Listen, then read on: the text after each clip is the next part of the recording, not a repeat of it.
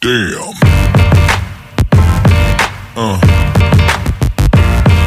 Yeah.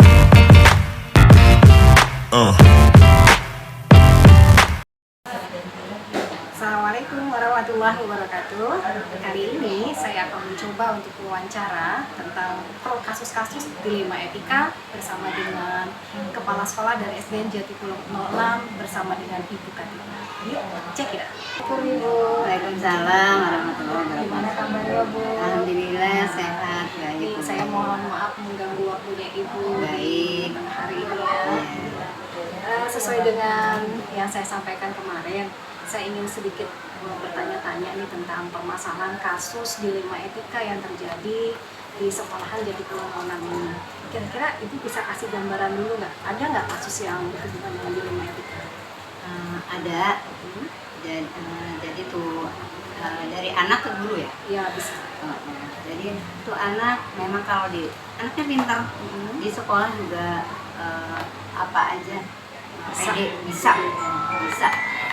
Namun di rumahnya tuh nakal. Di rumahnya kata orang tuanya, di rumahnya ini nggak nakal bu anak saya dan begini. Di rumah nggak nakal, tapi Sekolahnya jahil, tukang malak, ngomongnya juga baik melalui sosial media, baik langsung kasar, jahil dan sebagainya. Lalu anaknya saya panggil anaknya, terus pertama ya enggak dan enggak. Kemudian saya panggil anak-anak yang dijaili, yang suka dipalak, yang suka begini dan itu beberapa anak. Terus saya tanya, kamu diapain? Ini bu dipalakin. Tanya, bener nggak? Iya. Terus ini ngomong kotor, bener nggak? Iya. Jadi semua diiyakan oleh anak. Iya. Karena mungkin karena ada gurunya. Terus setelah itu saya panggil orang tuanya yang datang ibunya, mencap dan sebagainya bahwa anakku ini anak baik, sayalah yang tahu dan sebagainya. Kasus menarik. Betul. Jadi orang tuanya itu sebelum ke saya itu guru kelasnya katanya gurunya saya juga kuliah, maaf ibu yang pintar kalau saya mah kuliahnya nggak pintar dan sebagainya. Ya, itu guru ini saya nggak laporkan ke saya nggak mau ini kalau dia yang pindah saya yang pindah. Waduh. Iya, itu kan Dilema ya. Dua orang yang mau keluar berarti ini. Nah, sekarang ini sebelum beranjak ke intinya nih sampai goal ya. Saya nanya dulu Di kan tadi kita tahu nih, gimana cara ibu mengidentifikasi kasus-kasus itu, bu, caranya maksudnya supaya kelihatan gimana apa sih permasalahan yang lengkapnya gitu ya. Itu termasuk dilema etika berarti ya. Ada yang keluar siswa atau guru. Waduh. Gimana tuh caranya? Saya tadi identifikasi yang permasalahannya ini, saya kumpulin masalahnya supaya diakui. Benar apa enggak sih kamu melakukan ini? Iya, setelah diakui semuanya, itu kan itu bahan untuk kalau saya ngambil orang tua. Ternyata saya undang sebelum ke saya, ya udah ada dengan orang guru kelasnya. Memang saya sampaikan kalau ada masalah selesaikanlah dengan keluargaan dan masalah ini jangan pakai emosi. Tetapi di kelas nggak ketemu kan solusinya. Akhirnya sampailah ke saya. Terus saya panggil yang tadi saya ceritakan seperti itu. Ini bu, saya manggil ibu bukan ingin apa ya ini egoisnya masing-masing, tapi saya ingin mengajak bahwa anak ibu menyekolahkan di sini dengan segala resiko, kan ibu sudah siap. Nah, sekarang ada masalah seperti ini, ayolah selesaikan sama-sama untuk mengantarkan untuk mengantarkan cita-cita ini. Anak ibu pintar, ganteng, mau jadi apa juga jadi, tinggal support dari kami dan ibu, saya bilang gitu kan. Tetap dia masih ada itu yang pertama. Kemudian selanjutnya dipantau tuh anak, terus ini anak yang keduanya nih masih dalam pantauan misalnya. Terus keduanya saya bilang gini, ibu jangan suka menjadi guru ini. Kalau ada masalah itu sih tantangan bagi kita. Bagaimana supaya bisa menyelesaikan, jangan menyerah seperti itu. Jadi aku duduk kan ya dengan katanya ada. Nah habis itu kan nggak boleh begitu. Bagaimana kalau jadi pemimpin? Peringatan ya. Panggilan yang kedua. Panggilan yang kedua, orang tuanya kan masih melengos aja, masih belum terima kalau anaknya itu ada kekurangan.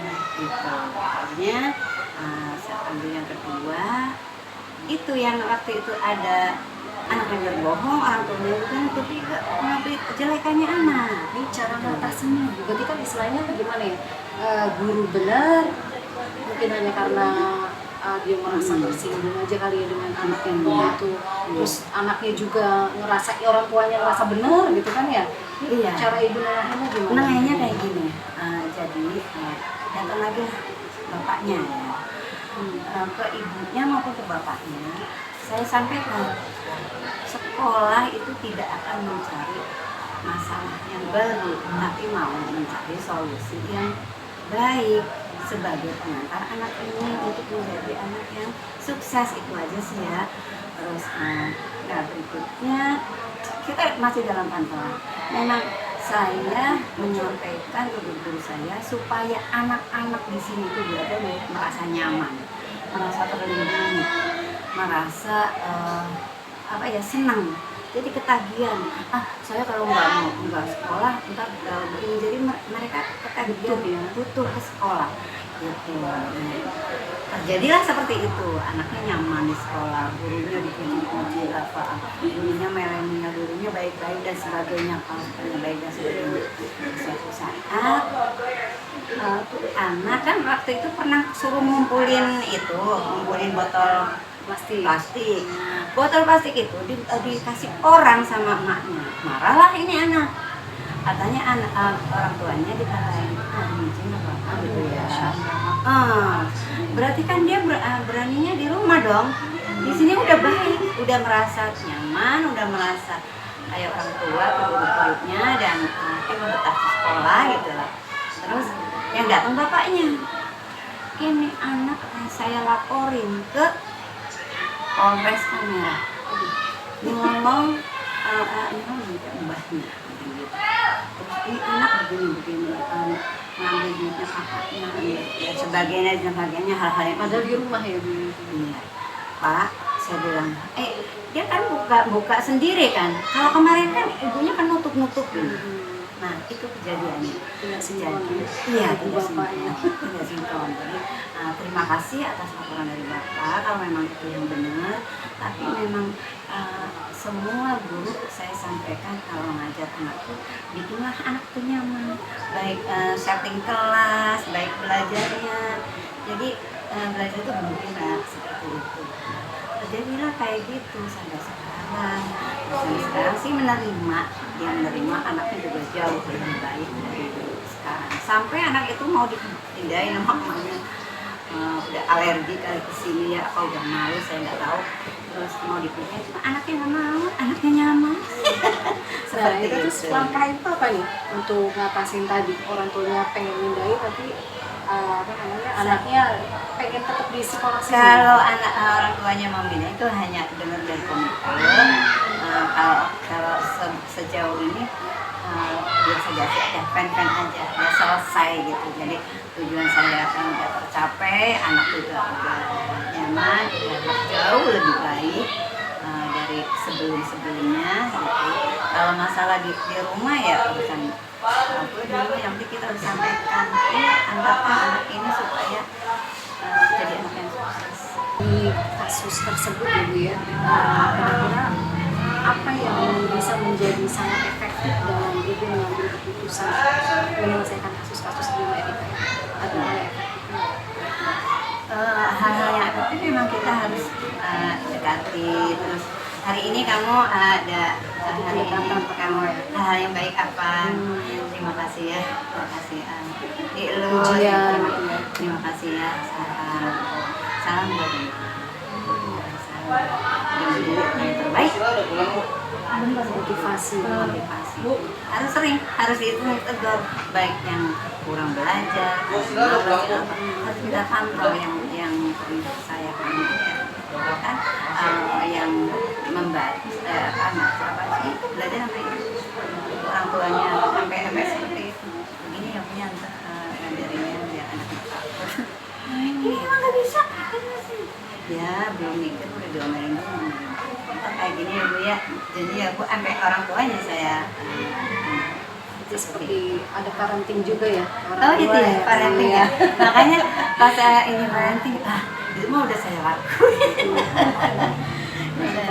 Maksudnya tanpa secara formal gitu ya. Iya, Sehari-hari itu sudah ada. iya di lingkungan kita kan ini anak-anak yang ya ampun ya di kontrakannya cuma sekotak doang, mungkin di sini betah, di sini nyaman, kamu di rumahnya sempit ya kali ya. Tantangannya berarti ya, tantangan di Betul, sekolahnya. iya. Orang tuanya yang cuek, orang tuanya yang pecah, kan kita perlu merangkul anak-anak yang kayak gitu.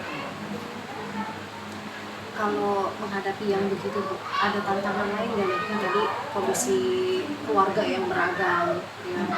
Kemudian ada tantangan apa lagi nih? Apakah dari lingkungan gurunya juga ada tantangan nggak untuk menyelesaikan kasus-kasus di Etika? Apakah ada yang ngebandel, gitu ya, guru-gurunya? Kalau iya, kalau guru-guru sih alhamdulillah ya, kalau ini ada masalah kayak gini nih, si Anu dan si Anu tolong kemana nih?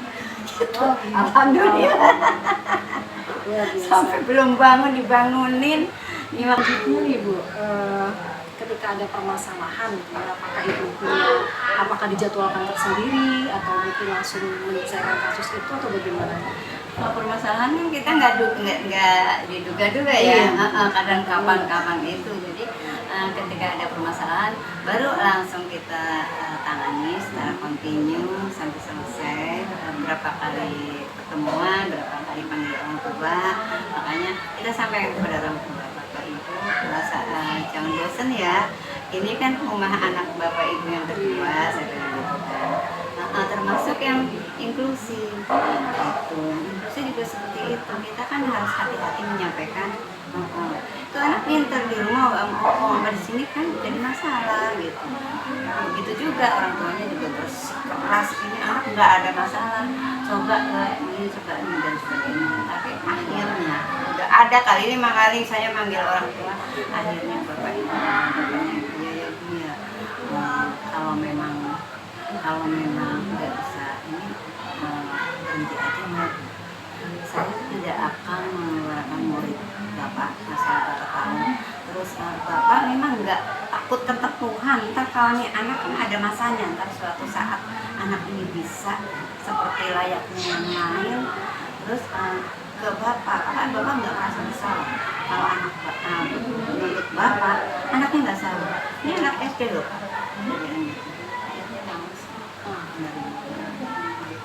Kalau memang ada kasus segera nggak pakai ditunda-tunda. Nah sekarang kira-kira untuk menyelesaikan kasus dilema etika itu, permasalahan yang ada di sekolah ya, ada nggak faktor-faktor yang bisa mempermudah mendukung ibu yang dirasakan dalam pengambilan keputusan?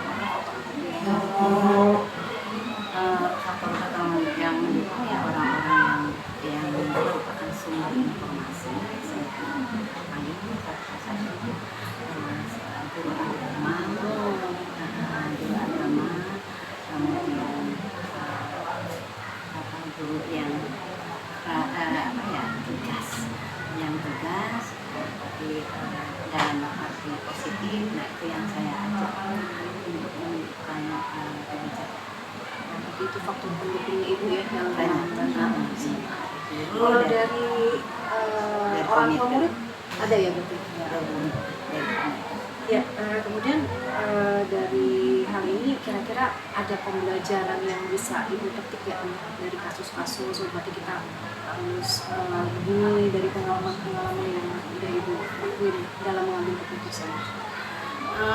Karena setiap saya ambil keputusan selalu kesepakatan dari teman-teman, masukan dari sumber-sumber informasi.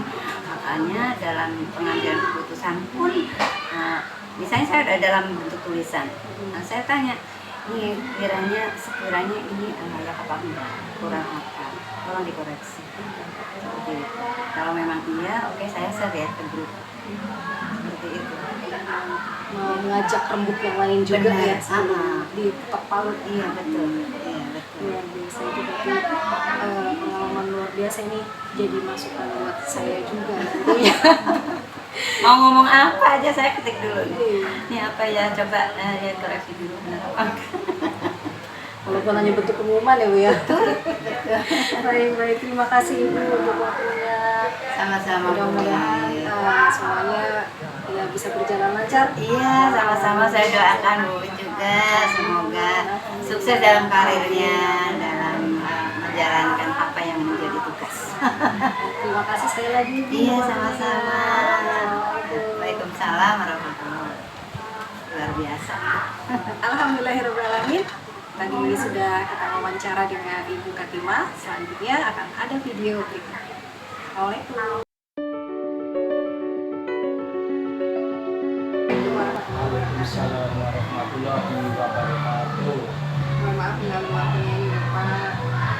Seperti yang sebelumnya saya ungkapkan, saya ingin mewawancari Bapak seputar permasalahan kasus-kasus di sekolah ini yang berhubungan dengan dilema etika ataupun bujukan moral. Nah, sebelum lanjut ke pertanyaan-pertanyaan ya Pak, kira-kira di sekolah ini ada nggak kasus yang berhubungan dengan dilema etika ataupun bujukan moral? Ya pasti ya, setiap satuan pendidikan atau sekolah pasti ada kasus-kasus yang sering terjadi ya, dari yang dialami oleh siswa, guru maupun karyawan. Namun kasus-kasus itu kan kasus yang ini sudah umum ya, terjadi di sekolah. Dan di sekolah itu ya harus bisa mengatasi permasalahan tersebut dan harus seimbang, bersikap adil terhadap siapapun. Kali itu ya, di setiap sekolah pasti Ada ya. kasus. Nah, ketika menghadapi kasus ya, dilema etika ataupun bujukan moral ini, bagaimana cara Bapak mengidentifikasi kasus tersebut, Pak? Ya, kasus tersebut kan ada yang terjadi secara individu maupun secara ya, maksudnya yang individu tadi yang personal ya, siswa antar siswa, ya, guru antar guru, kemudian siswa dengan guru. Ada juga berarti Pak ya siswa Ada dengan juga ya siswa dengan guru, bisa juga ya orang tua ya dengan pihak sekolah, itu yang individu, ada yang kelompok juga ya, mungkin barangkali ya, sesama guru yang kelompok ini dan kelompok yang itu kan biasa terjadi itu ya, itu bagaimana cara mensikapinya. Jadi sebagai pemimpin itu ya harus bisa mengidentifikasi lah mana kasus yang bersifat individu maupun kelompok dan sesama siapa gitu. Berarti gini Pak, kalau begitu kan pastinya pernah nih menghadapi suatu kasus yang benar sama benar gitu, misalkan orang tua antar sekolah, misalkan antar dulu ya, orang tuanya pengen seperti ini nganggapnya benar, sekolah juga mungkin pastinya kan berada di jalur yang benar. Nah, itu cara Bapak menghadapi itu bagaimana, mengambil keputusan? Ya kita jangan langsung memvonis, kita mengidentifikasi dulu kasusnya apa. Mungkin benar menurut dia, tapi kan tidak benar menurut yang satu. Jadi sebagai kepala satuan pendidikan atau sebagai pembimbing, yang lainnya ya harus bersikap adil cara mengatasi permasalahan tersebut. Kita berusaha memadukan ya mereka supaya kesuksesan itu tidak berlanjut. Jadi harus diidentifikasi permasalahannya apa. Ini yang memihak salah satunya, itu jalan yang terbaik lah kita musyawarah. Nih untuk menyelesaikan masalah itu pasti ada langkah-langkahnya nih Pak. Kira-kira urutan langkahnya supaya kasus itu bisa terpecahkan bagaimana Pak? Ya langkahnya kalau kasus itu sudah muncul, biasanya kan yang muncul kan kasusnya dulu. Kalau kasusnya itu pengen segera diselesaikan, ya kita harus menyelesaikan tersebut ya secara ini ya berurutan. Mulai dari munculnya kasus itu benar atau enggak, gitu ya kan? Kebenarannya dicek Yang dulu. kebenarannya dicek dulu. Gitu. Kemudian kita panggil pihak yang punya kasus yang terlibat itu, kita kumpulkan, kemudian ditanya satu-satu gitu ya, pihak yang tertuduh dan yang menuduh, ditanya satu-satu. Nah setelah diketahui kasusnya, ya kita selesaikan gitu, selesaikan dengan cara apa maunya. Nah, mungkin di situ kan akan berdiskusi ya, yang satu menunjukkan permasalahannya, yang satu juga menunjukkan permasalahan. Nanti disitulah kita sebagai penengah ya akan menengahi permasalahan tersebut. Ya insya Allah kalau mereka merasa tidak menang sendiri untuk mengakui kesalahannya, ya insya Allah akan diselesaikan. Jadi rangkaiannya ya seperti itu biasanya gitu. Tidak langsung menuduh kamu yang salah, ini yang benar gitu. Dan kalau itu malah nanti akan muncul semakin jadi permasalahannya. Semakin besar Pak ya. Iya. Nah, kemudian kira-kira ada nggak nih hal yang efektif ketika sepengalaman Bapak menjadi kepala sekolah, hal yang paling efektif untuk menyelesaikan permasalahan kasus itu kira-kira apa? Hal yang efektif ya kita selesaikan dengan cara demokratis, musyawarah untuk menyelesaikan permasalahan. Kita kan negara demokratis, sila keempat itu ya, kan segala sesuatunya diselesaikan dengan musyawarah. Kemudian ada tantangan nggak nih? Pastinya di setiap permasalahan ada tantangannya masing-masing ya Pak ya.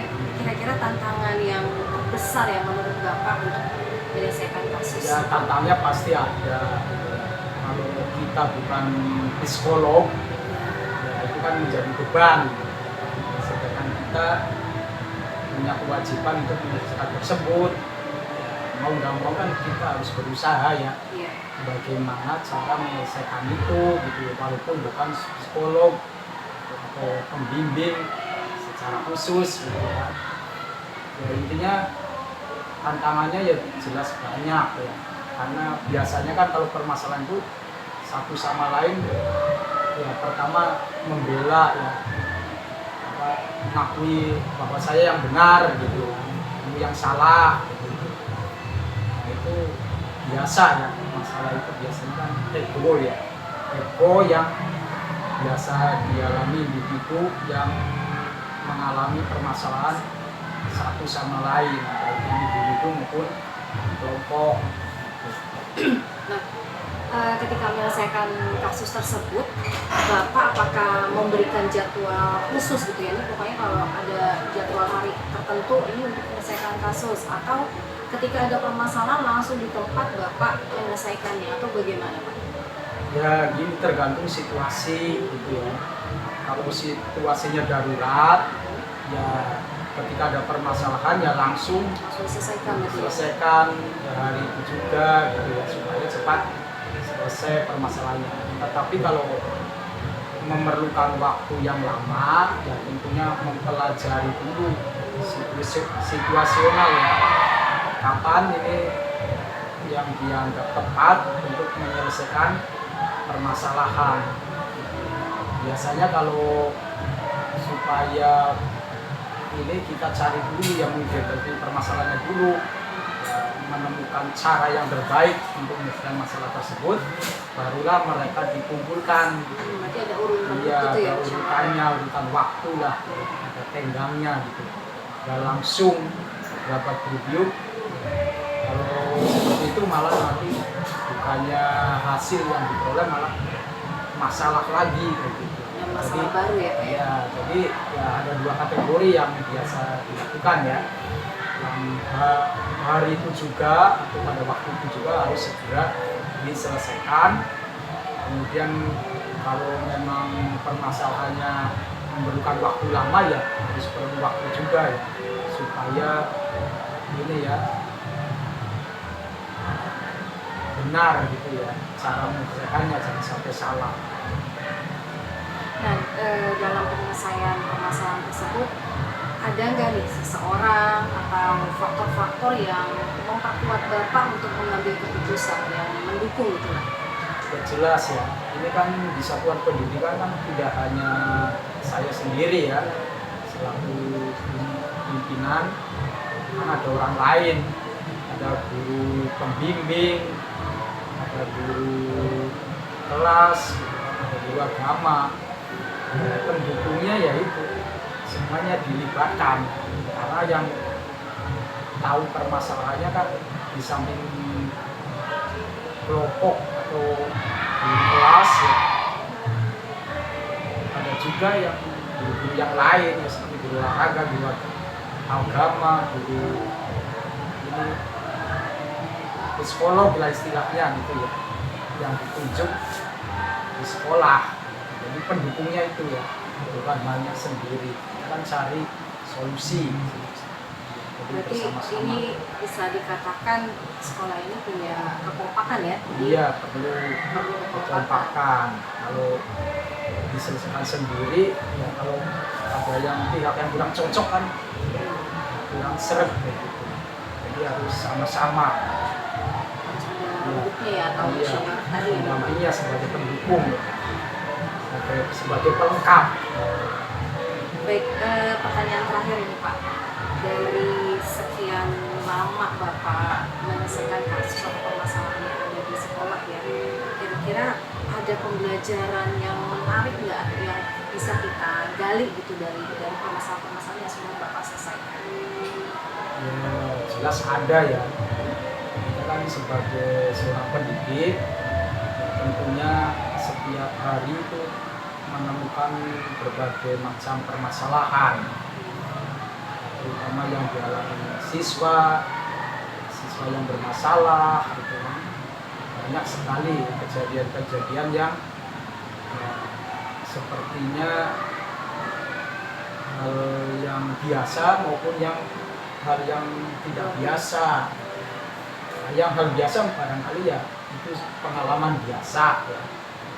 Itu ibarat sudah nggak menarik ya, karena misalnya cepat diselesaikan gitu. Tapi kalau hal yang nggak biasa itu kan memerlukan penyelesaian yang mendalam gitu, supaya permasalahan itu ya, bisa diatasi gitu. Nah, untuk pengalaman seperti itu ya kita harus banyak belajar gitu. Banyak belajar dari kasus tersebut. Kalau yang nggak bisa diselesaikan itu biasanya semangat ya. Kemudian kalau yang tidak bisa diselesaikan itu biasanya gimana gitu kan. Itu kan pembelajaran ini ya, yang harus ada pada diri guru, kepala sekolah. Iya ya. Kalau pengalaman sehari-hari atau banyak juga untuk pengalaman tambahan, misalnya baca buku, belajar dari YouTube, apa ya, untuk menyelesaikan kasus-kasus yang agak susah, sulit. Kalau kasus yang biasa-biasa saja barangkali ya gampang ya diselesaikan dan mengalami keberlanjutan. kalau yang kasus-kasus besar,